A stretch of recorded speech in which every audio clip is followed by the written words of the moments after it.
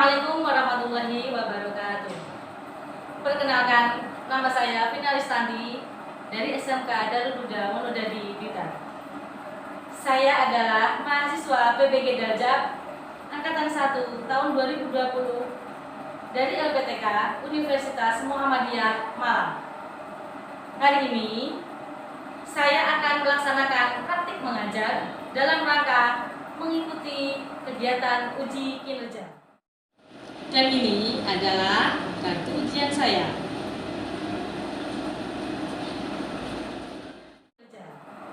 Dengan mengambil pokok bahasan materi teks editorial. Terima kasih dan selamat menyaksikan. Wassalamualaikum warahmatullahi wabarakatuh. SMK bisa. Assalamualaikum warahmatullahi wabarakatuh. Waalaikumsalam warahmatullahi wabarakatuh. Selamat siang anak-anak. Bagaimana Siang, Bu? Sehat ya? Alhamdulillah. Apakah ada yang tidak masuk? Ada. Siapa? Elisa sakit. Elisa sakit. Siapa lagi? Nikmah izin. Ya, kita doakan bersama untuk yang sedang sakit. Semoga segera diberi kesembuhan. Anak-anak, sebelum kita memulai pelajaran, mari kita berdoa terlebih dahulu. Berdoa dimulai.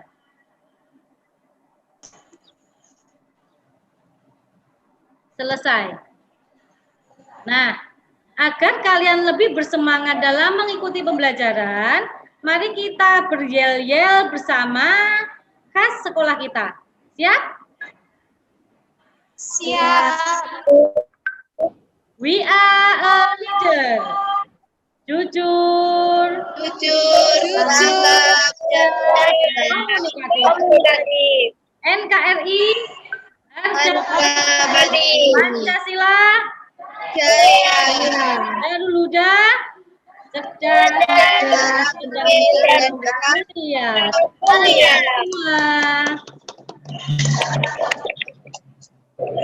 Nah, anak-anak, disimak video yang akan Ibu share berikut ini. Sudah terlihat videonya? Sudah. Disimak baik-baik ya.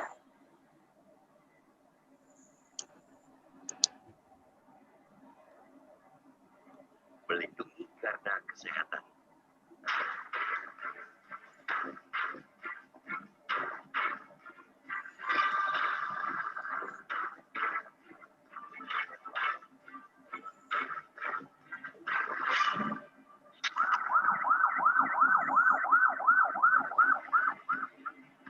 Terus bertambahnya tenaga kesehatan atau nakes yang gugur akibat COVID-19 amat menyedihkan juga membuat gerangan.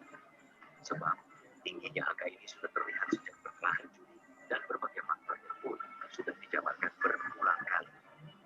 Per 13 Juli, bahkan Indonesia telah menjadi negara ketiga tertinggi soal presentasi kematian nakes berbanding kematian total masyarakat akibat COVID-19. Kala itu, dengan 89 nakes yang telah gugur dan jumlah kematian akibat COVID-19 mencapai 3.656 orang, presentasi kematian nakes mencapai 2,4%. Angka itu menempatkan Indonesia di bawah Rusia dan Mesir. Dengan belum adanya perbaikan signifikan dalam perlindungan nakes untuk program angka kematian tentu saja tidak terhindarkan. Seperti diungkapkan Ikatan Dokter Indonesia atau IDI per 30 Agustus 2020, jumlah dokter yang berpulang telah mencapai 100 orang. Jika memperhitungkan jumlah perawat dan nakes lainnya yang juga berpulang akibat COVID-19, kehilangan kita jelas jauh lebih besar. Betul, memang jika ada yang berpendapat bahwa permasalahan tersebut berakar sangat dalam, yakni sistem kesehatan kita yang belum ideal untuk kondisi normal, apalagi pandemi. Ini dilihat dengan hasil dokter yang masih jauh dari angka ideal WHO. Sementara WHO menyebutkan angka Ideal jumlah dokter yang dipopulasi adalah 1/1000. Perbandingan di tanah air hanya 0,4 dokter banding 1000 penduduk. Angka itu sekaligus yang dibuat terendah di Asia Tenggara. Dari jumlah itu tentunya dokter-dokter spesialis jumlahnya amat sedikit dibanding dengan populasi. Ini mengungkapkan bahwa jumlah dokter spesialis baru yang dimiliki Indonesia hanya 1.200 orang. Dokter spesialis lainnya yang terkait untuk penanganan COVID-19 termasuk dokter spesialis internis, anestesi, maupun dokter UGD, rasanya pun tidak lebih baik. Maka dalam kondisi perang jangka panjang seperti sekarang ini, para dokter tersebut mestinya ibarat senjata yang harus benar-benar dirawat dan disokong.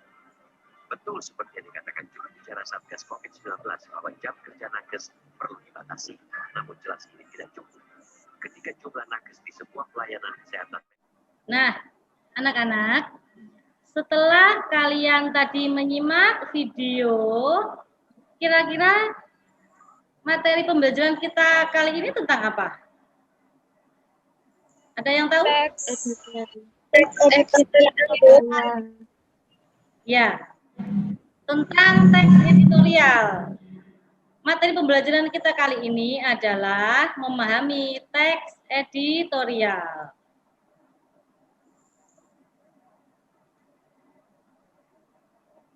Dengan KD dan tujuan pembelajaran seperti di layar ya. Nah, anak-anak, Ibu ingin mengetahui kemampuan awal kalian tentang teks editorial. Untuk itu, kalian kerjakan soal berikut ini.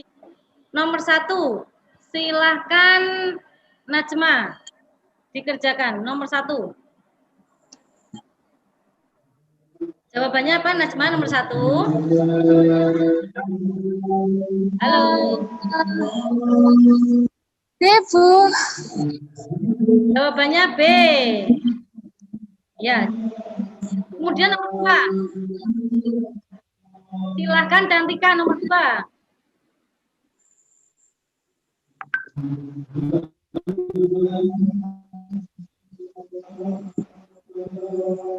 Silahkan Najma nomor 2.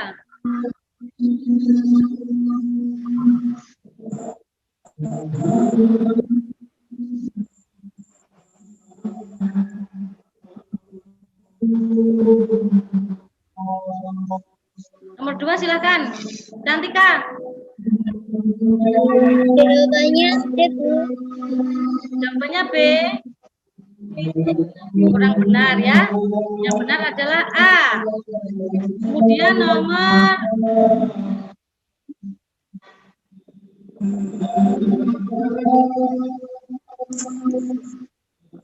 nomor 3 silakan Salma.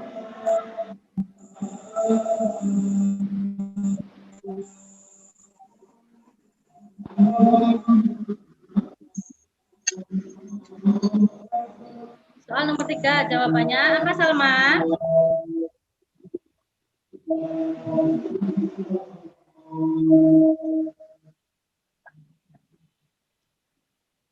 Untuk nomor 3 silakan Afika. Nomor 3 Afika. Jawabannya?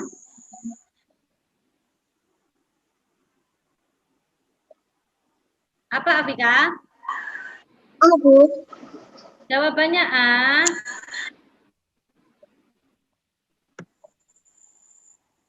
Kurang benar ya. Jawabannya adalah D.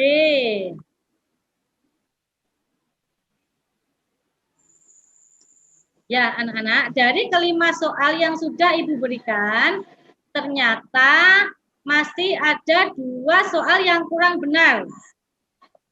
Nah,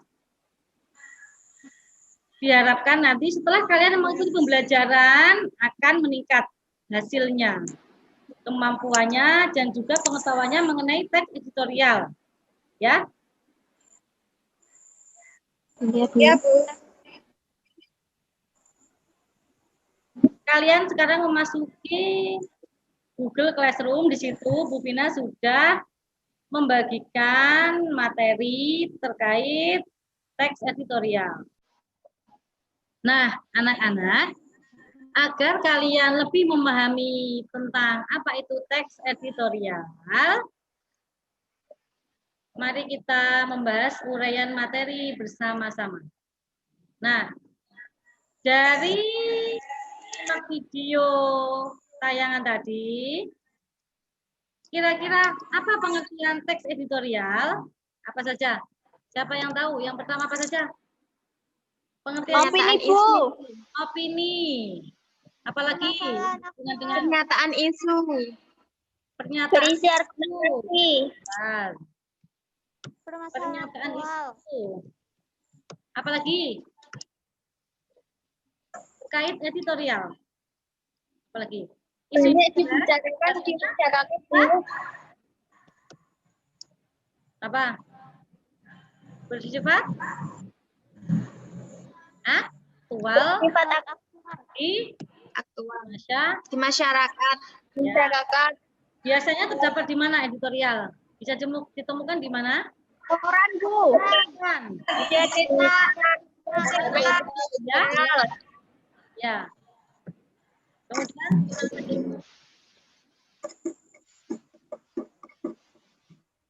di online, majalah online ya. Ya.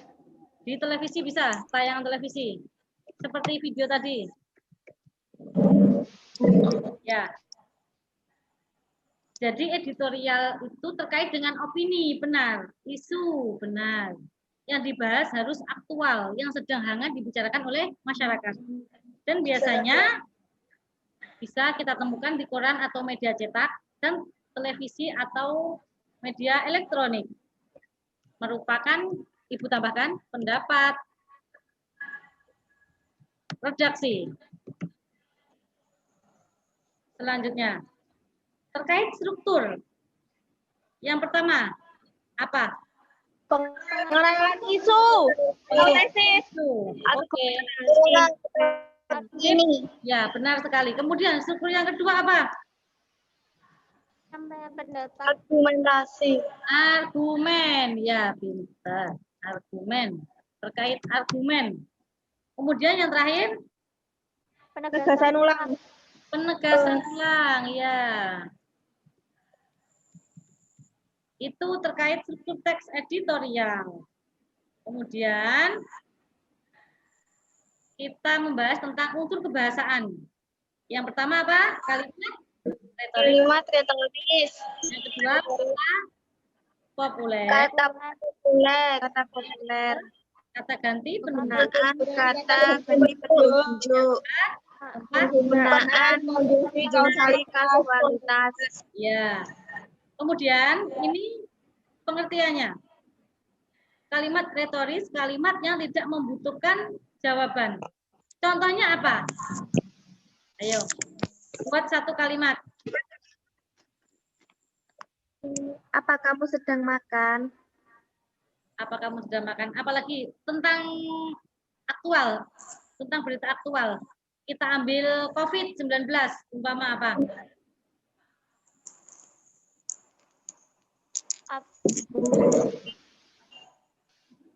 Oke, bagaimana?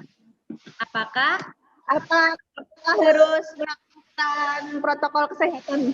Ya, benar sekali. Apakah kita harus menerapkan protokol kesehatan? Ya. Kemudian kata populer. Yaitu kata yang digunakan sebagai ciri khas topik yang dibahas. Kita masih contoh COVID-19. Contohnya apa? Kata populernya. Kesehatan. Lagi. Kematian. Virus. Yang utama ya, virus corona. Apalagi banyak sekali kata populer yang berhubungan dengan COVID-19. Apalagi Kesehatan. Social distancing ya. Selanjutnya, kata ganti penunjuk. Contohnya apa? kalian menunjuk tempat, menunjuk barang menggunakan kata barang, kamu tunjuk menggunakan kata apa? Itu. Ini.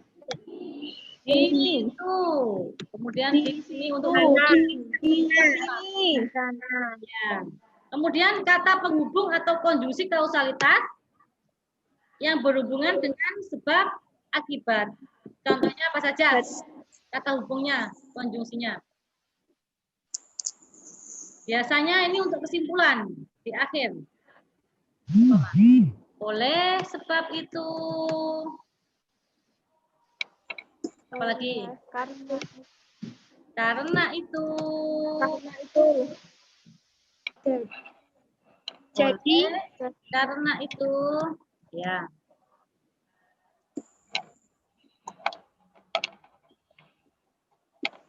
Nah, anak-anak, kalian cermati. Ini merupakan contoh editorial yang biasanya ditemukan di mana? di media koran. Di media koran.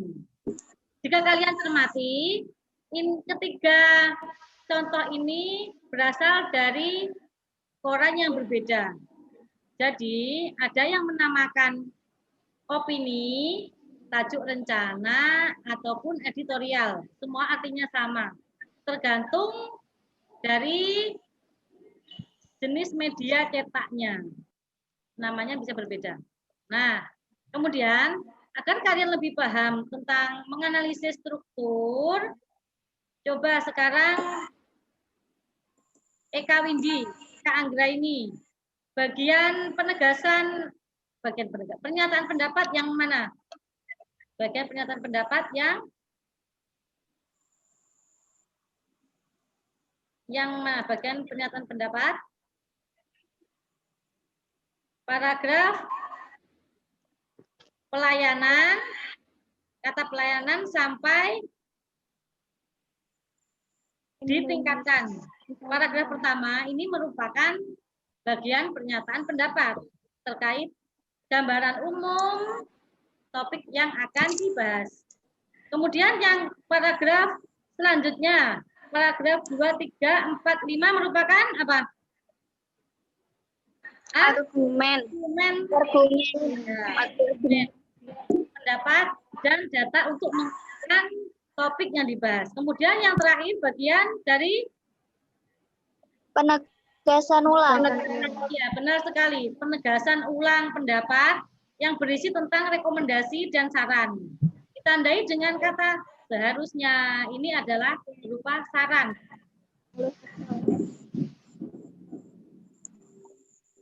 Nah, anak-anak,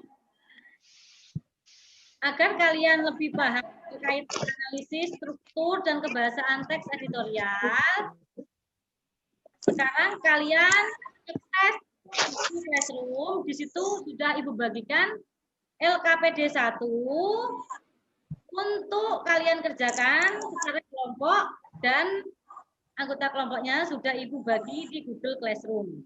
Ibu beri waktu 15 menit untuk berdiskusi, menganalisis struktur dan kebahasaan teks editorial.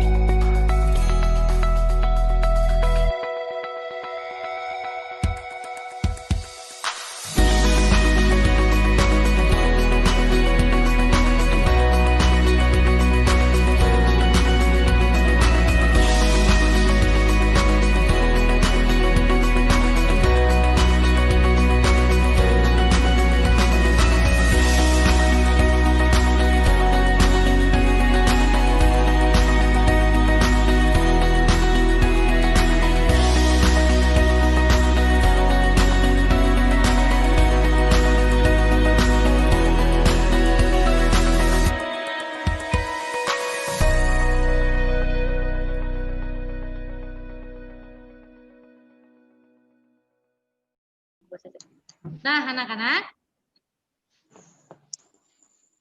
perwakilan kelompok silakan membacakan hasil diskusinya. Di sini Ibu sudah membuka, melihat miliknya kelompoknya Cantika. Silakan Cantika membacakan hasil diskusinya terkait menganalisis struktur dan kebahasaan teks editorial.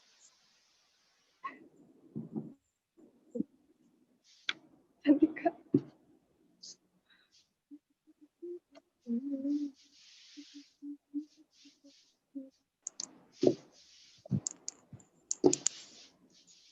Cantika. Atau perwakilan kelompok mungkin Salma juga tidak apa-apa. Oh ya Bu, pernyataan pendapat atau tesis itu terdapat pada paragraf 1 dan 2.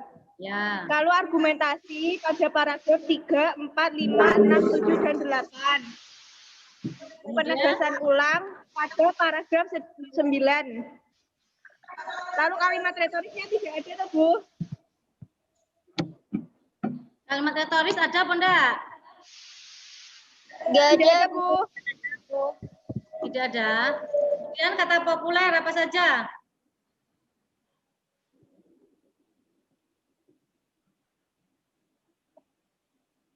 Kata populernya apa saja, Salma? Nakes. Ini ya, Populasi. ini pekerjaan kalian nakes. Kepanjangan dari tenaga kesehatan. Kemudian populasi. Nah, apakah ada dari kelompok lain yang menemukan kata populer lainnya? Apa? Mungkin dari kelompok lain ingin menambahkan? Masyarakat Bu. Masyarakat, ya. Apalagi kata populernya? Selain yang sudah dituliskan teman kalian. Populasi. Apalagi? Mungkin virus bisa ya. Garda kesehatan itu juga bisa. COVID-19. Ya, COVID-19. Ya. Nah, anak-anak, setelah kita memiliki struktur dan kebahasaan teks editorial, sekarang kita berlatih membuat kerangka teks editorial.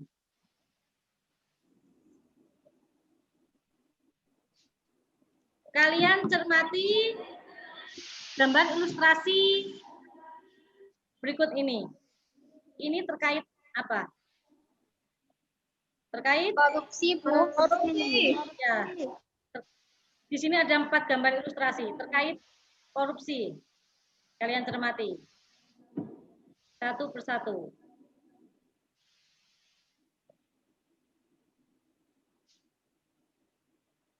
Nah, berdasarkan gambar ilustrasi tersebut, mari kita berlatih membuat kerangka bersama-sama.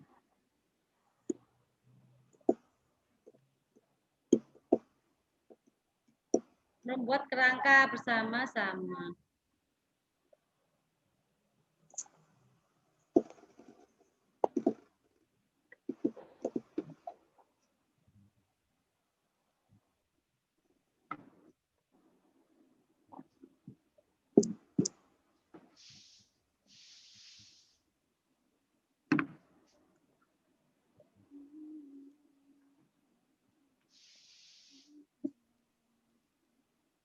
Terkait gambar, sebentar.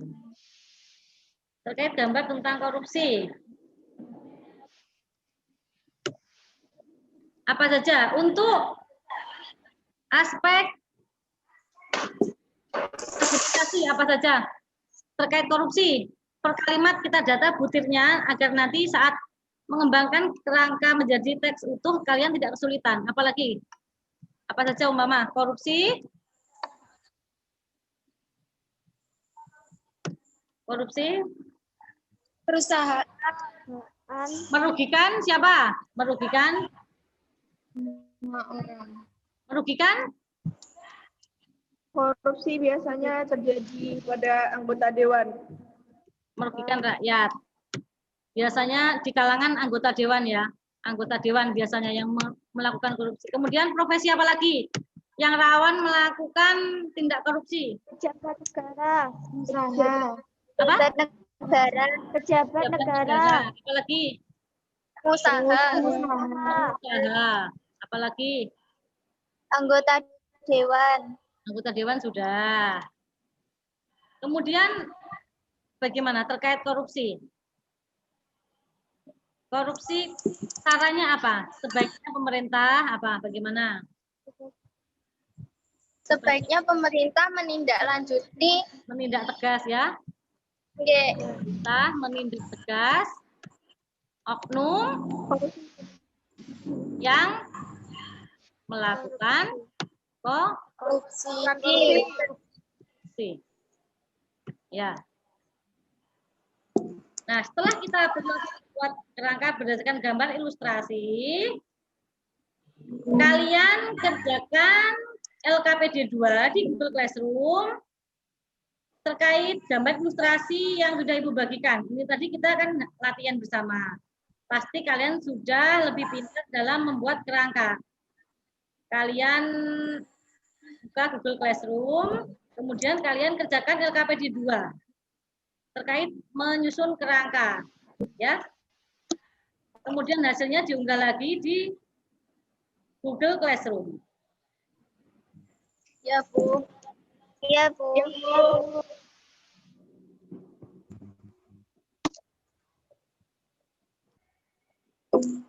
Nah, anak-anak, hari ini kita sudah mempelajari tentang apa saja? Yang pertama, Struktur. Analisis struktur. teks editorial. Ya, kemudian yang kedua, menganalisis aspek kebahasaan. Ya, terus kemudian yang ketiga, kalian sudah menyusun Menyusun kerangka teks editorial.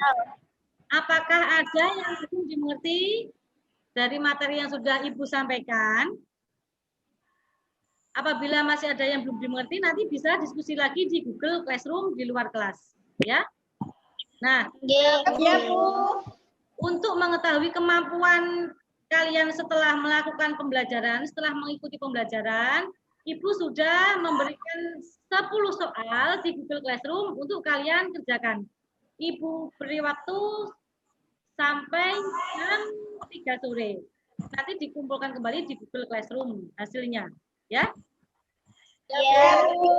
Dan untuk tugasnya, untuk tindak lanjut, di rumah kalian mengembangkan kerangka teks editorial yang sudah disusun menjadi teks editorial utuh. Ya. Pertemuan selanjutnya nanti Ibu koreksi. Kemudian anak-anak jangan lupa untuk tetap mematuhi protokol kesehatan. Memakai masker dimanapun kalian berada dan juga rajin-rajin mencuci tangan. Tetap semangat dalam melakukan pembelajaran dari rumah.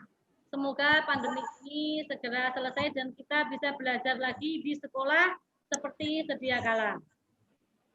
Amin. Apabila Ibu ada salah mohon dimaafkan. Pembelajaran hari ini kita akhiri. Terima kasih anak-anakku sudah mengikuti pembelajaran dengan baik. Wassalamualaikum warahmatullahi wabarakatuh. Waalaikumsalam warahmatullahi wabarakatuh.